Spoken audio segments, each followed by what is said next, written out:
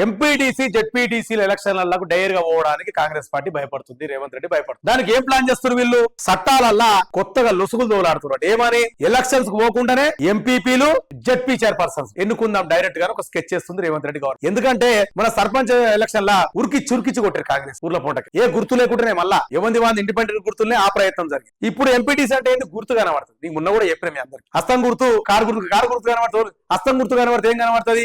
6 గ్యారెంటీలు కనబడుతుంది. ఏది మోసం చేసిన 6 గ్యారెంటీ. కారు గుర్తు చూస్తే ఏం కనబడుతుంది? కేసీఆర్ కనబడుతుంది. మరి హస్తం గుర్తును చూస్తే కారు గుర్తు ఎవరు కోటేస్తాం అనుకుంటారు పబ్లిక్? మనం చూసిన సర్పంచ్ ఎలక్షన్ లో పక్క కారు గుర్తుకేస్తారు. కారు గుర్తు చూస్తే కేసీఆర్ కనబడుతుంది. క్లియర్ కట్ గా వాళ్ళకి ఇంటెలిజెన్స్ రిపోర్ట్ వచ్చింది. ఎంపీటీసీ జెడ్పీటీసీ ఎలక్షన్స్ పోతే ఘోర పరాభవాన్ని చూడాల్సి వస్తుంది కాంగ్రెస్ గవర్నమెంట్ అని చెప్పేసి కొత్త రకంగా చట్టంలోని లొసుగులను దూలాడి అడ్డదారిలో పోయి ఎలక్షన్ లేకుండా అడ్డదారిలో పోయి ఎంపీపీ జెడ్పీ చైర్పర్సన్ చేద్దామన్న ఆలోచనలో స్కెచ్ తోటి రేవంత్ రెడ్డి గవర్నమెంట్ ఉందట.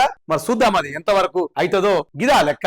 దమ్ము ధైర్యం ఉంటే ఎంపీటీసీ జెడ్పీటీసీ ఎలక్షన్స్ పెట్టాలో పోవాలి. మీరు చేసిన పనులు మొత్తం చెప్పాలి మంచిగా ప్రజలకి. మేము ఇది చేసినాం, ప్రజలారా మీకు ఇది చేసినాం, మీకు ఇది అదపై చెప్పినాం, ఇదపై చెప్పినాం అని చెప్పేసి ఎన్నో కార్యక్రమాలు చేసినాం, మీకు ఎన్నో పథకాలు ఇచ్చినాం. మొత్తం ఇట్లా డాంబరికం లేకుండా ఉన్నది మంచిగా చెప్పుకోవాలి, గట్టిగా చెప్పి ఓటు అడగాల. చాలా ప్రజలు నిర్ణయిస్తారు ఓటు వేయాలా వద్దా అని. రాజ్యాంగాన్ని మార్చడానికి మీరెవరు? రేవంత్ రెడ్డి గారు. ఏళ్ళ తడబడి నడుస్తున్న రాజ్యాంగాన్ని మారవడానికి మీరెవరు? ఎప్పుడైనా ఎంపీటీసీ జెడ్పీటీసీ ఎలక్షన్స్ అయిన తర్వాతనే వాళ్ళు ఎన్నుకుంటే ఎంపీటీసీలు ఎన్నుకుంటే ఎంపీపీ, జెడ్పీటీసీలు ఎన్నుకుంటే జిల్లా పరిషత్ చైర్పర్సన్. అది ఆనవాయితీకి వస్తుంది కదా. ఇలా మీరు చేసిన తప్పులను కప్పిపుచ్చుకోనికి రాజ్యాంగంలో లొసుగులు దౌరాడి ఆ లొసుగుల ప్రకారం వస్తా అంటే ఎవరు ఒప్పుకున్న పొజిషన్ ఏముండదా? అది కాని పని. అంటే ఇంకోటి కూడా ఇలా పరిశాన్ వచ్చి పడ్డది కదా. ఎలక్షన్ పెడదామంటే కూడా బీసీ రిజర్వేషన్ ఖచ్చితంగా ఇవ్వాల్సి. అది కూడా పెద్ద గుదిబండ కూస్తుంది కాంగ్రెస్ పార్టీ. అందుకే టెన్షన్ పడుతుండే, ఇబ్బంది పడుతుండు రేవంత్ రెడ్డి.